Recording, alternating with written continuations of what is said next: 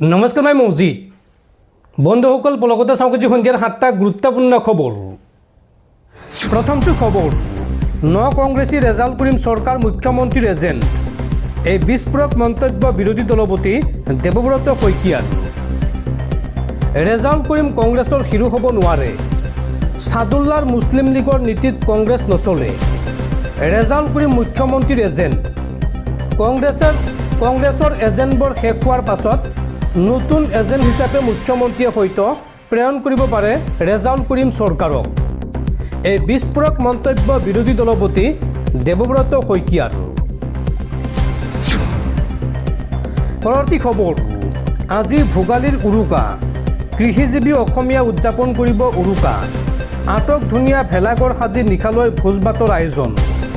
পৰিয়ালৰ সৈতে লগে ভাগে উৰুকাৰ এসাঁজ খাব প্ৰতিগৰাকী অসমীয়াই।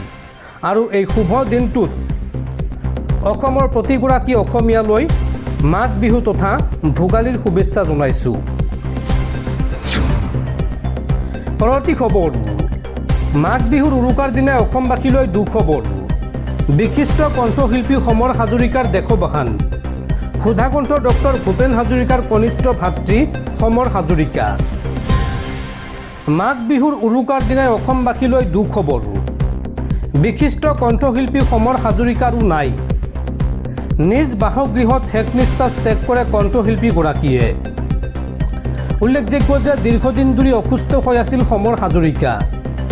নিউমনিয়া ৰোগত আক্ৰান্ত হৈ আছিল তেওঁ।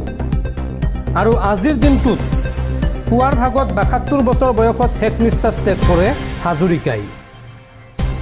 দৰ্শকসকলৰ বহুতো গুৰুত্বপূৰ্ণ খবৰ আছে।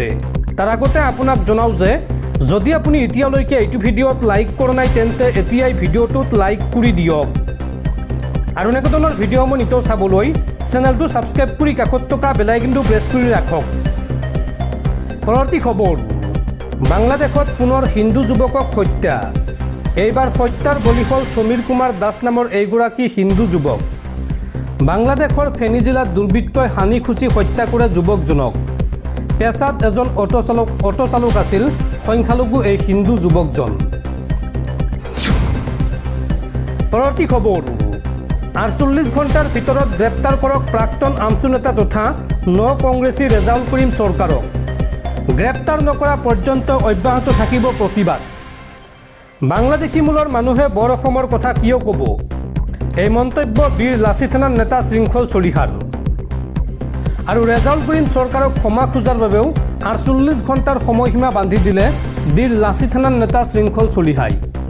শিৱসাগৰত গৈ ৰেজাল্ট কৰিম চৰকাৰে ক্ষমা নোখোজিলে উজনি অসম স্তব্ধ হ'ব। এই মন্তব্য শৃংখল চলিহাৰ।